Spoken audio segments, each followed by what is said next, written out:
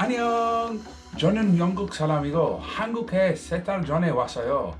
한국은 영국이랑 많이 달라요. 너무 많이 달라요. 너무 예뻐요. 제가 지금같이 제일 좋아하는 꽃 11가지를 보여주고 싶어요. Normally it's 10, but I'm going to give you an extra... Normally it's 10, but I'm going to give you an extra 1 and save the best till last. I can't even speak English. Number 1 is gaming arcades. They're absolutely everywhere in Korea and they're super cheap. To play an arcade game costs maybe from 500 won to 2,000, which is £1 or £2. They have a great selection of the classic old arcade games and new things like virtual reality. And they also have first-person shooters, Tekken, basketball, driving games, music games. Just watch this guy play the drums. I have never seen anyone play so quickly. There was also a guy playing a keyboard game, and on the screen, it was moving so fast. It was like, and he was moving his fingers watching it. I couldn't even register what was happening. It was insane. There's also a huge selection of claw crane games, enticing you to spend all your money to win a plush that's impossible to win. They are so popular, you can find claw crane shops down back alleys, on the main roads. You can even find them sometimes outside bars or restaurants. Korean people love these games. And also the arcade game places are 24 hours, so you can just play arcade games forever and ever if you wanted. Actually, I think the guy who was doing this super quick probably has been there for it, because that was insane, insane. Number 2 is hot packs. A hot pack is a little bag of magic. You take it out of the wrapping, you shake it really hard, and it gets hot magically. It's incredible. Okay, you put it in your pocket for 3 minutes, and when you take it out of your pocket, it's nice and warm, and we don't have that in England. We need it in England. They're very cheap to buy, they sell them everywhere, and you just see loads of people walking around the streets like this, shaking. I want to look online to see what's inside the hot pack. Inside a hot pack, there is a mixture of metals and other compounds. Once the hot pack has been activated, the different metals attract each other. In turn, this movement causes friction and finally heat. Once the metals stop moving, then the bag cools down and cannot be used again. Clever, that's really clever. The third one, my third favourite thing, to be honest, this is my number 1 favourite thing, so I don't know why it's 3, is Makgeolli. If you want to know what Makgeolli is, watch these people in the hostel try and explain what it is, and then I'll try my best to explain what it is. A bit like pissy wine. Tastes weird. It's like sour flour. Sour flour? Sour. Have a salt a little, and nothing. It's good? Salt and nothing. Yes, Salt and nothing. And nothing. and nothing yet. Nothing. Okay, whilst you're watching that, I've just read online quickly, and it's made from rice, and then they use something called nuruk to start the fermentation process. The sugar made from the fermentation process is used by yeast to produce alcohol. If I had to describe Makgeolli in 3 words, it would be cheap, delicious, creamy champagne. And the alcohol percent is normally around 6 to 9%. So this is a cheap one. This is 991, which is about 60 pence, and it's 750 millilitres. This one, again 750 millilitres. This is a little bit more expensive at 1,300, so about £1. And to be honest, it tastes exactly the same.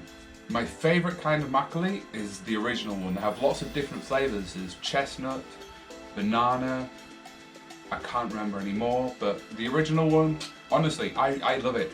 It's a very weird taste, like you've seen, it's hard to explain what it is, but all the ajoshis in Korea drink it, so I call myself the Makgeolli ajoshi, and I like to be fancy and drink it out of this cocktail glass.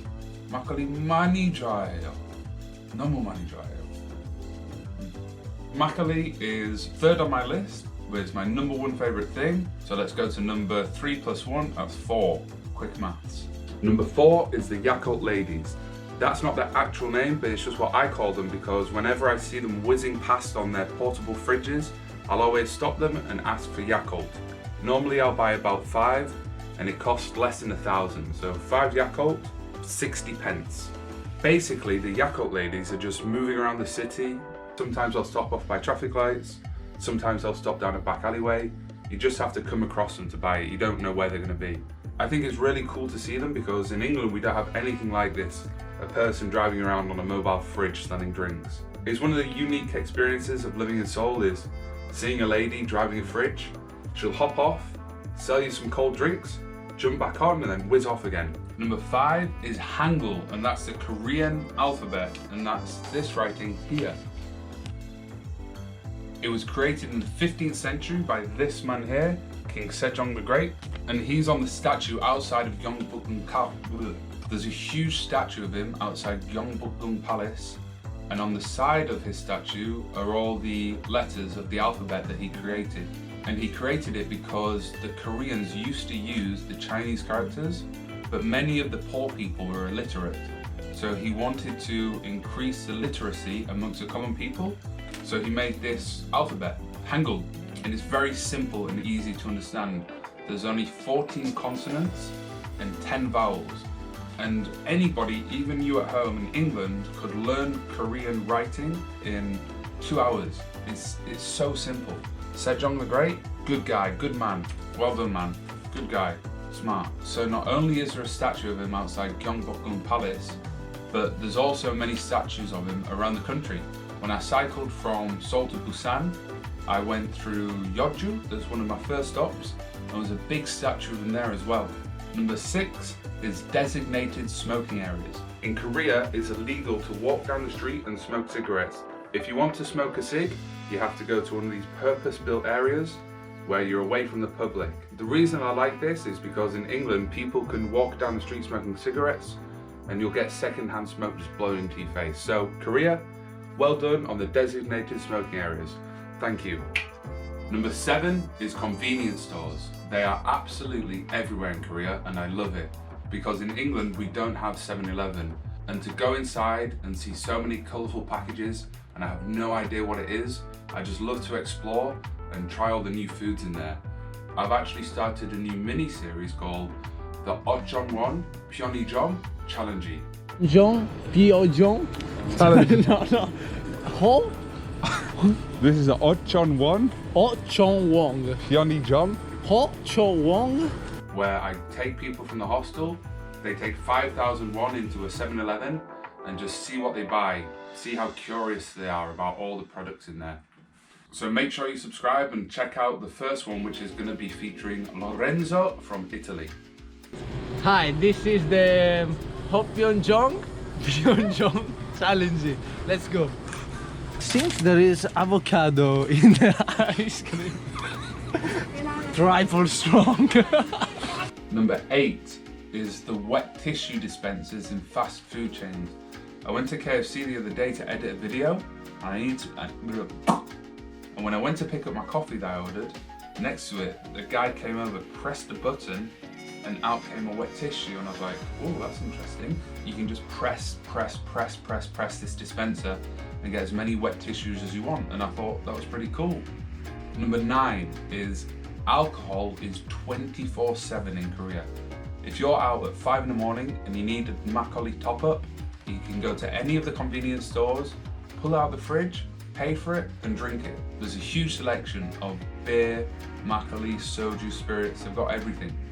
In England, if you want to drink more alcohol at say 3 in the morning, the only options are to find a 24-hour supermarket or a petrol station, but you'll either be driving very far or getting a taxi. Number 10 is one meal restaurants, and my favorite one is in Sinchon, and they sell donkatsu. You pay 3,000 won, which is £1.96. You get a deep fried pork cutlet in breadcrumbs, rice, miso soup, yellow radish, and sesame seeds, and then there's 2 sauces. There's a brown sauce that you mix with the sesame seeds and a vinegar and mustard that you put on the cabbage that comes with the pork cutlet. It's always busy, there's always a queue, and it's delicious. I eat there every other day, it's my favourite place. And it's on a street where there's other places to sell just one type of meal. The one next door sells beef bulgogi, which is like a beef curry with rice. There's one that sells kimchi jjigae, which is a kimchi stew. There's one that does like a pork soup with some eggs. The donkatsu one is my most favourite because I like deep fried pork in breadcrumbs. And the brown sauce. I'm English and I miss brown sauce on my bacon sandwiches. Time for number 11. This was the first thing that I did when I came to Korea. I cycled from Seoul to Busan. It was 600 kilometers and took 7 days. On the back of my bike, I took my backpack, a sleeping bag and a tent.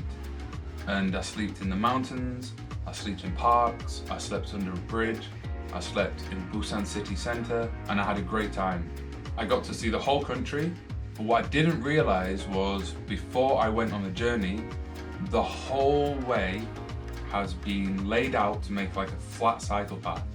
So I bought a mountain bike thinking there might be some off-road terrain, might be going over a few rocks, but the whole thing was flat. It was so flat and it was so easy. And my favorite time of the journey was in Suwonbo in the mountains when I camped under a bridge, because that day I'd cycled about 96 kilometers to get to this place called Suwonbo, where I thought there would be hot springs, but I couldn't find any. And when I went to a hotel to ask where there was a park or a campsite, they said you have to cycle 16 kilometers back the other way. And I was so knackered, so I just cycled around the town and I found this bridge and it was really quiet. If you want to see that video of me camping under the bridge and all the other adventures, I've made a playlist. It's called Cycling from Seoul to Busan. There's 7 videos and I highly recommend watching it because not only did I camp under a bridge, I also had help with the police twice along the way. First time was warning me of danger on the highway whilst cycling the complete wrong way. 위험한데? 데인저러. 여기 위험해. Oh, danger? 위험해. 어디? 여기 일로. And the second time, I was doing some hitchhiking, but I got dropped off on the highway. So I just waited for like 10 minutes. Police finally arrived. They turned on their sirens and gave me a private escort about 2 miles down the road to the river.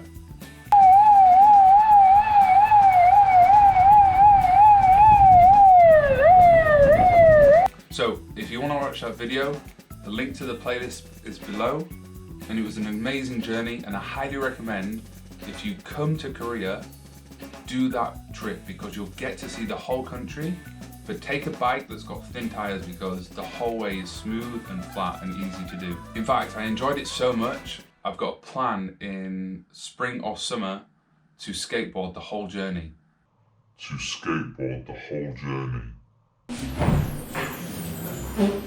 요 인터뷰들 재밌었나요? 네! 구독과 좋아, 알람 설정 부탁해요! 부탁해요. If you want to see the Ochongom Pyeoni Jong challenge, subscribe, that's my next video. In the meantime, if you want to see me be on TV at the volleyball, watch this video. You got your week. Or if you want to see me go to the church and laugh a lot, watch this video. 안녕! 네, 가자.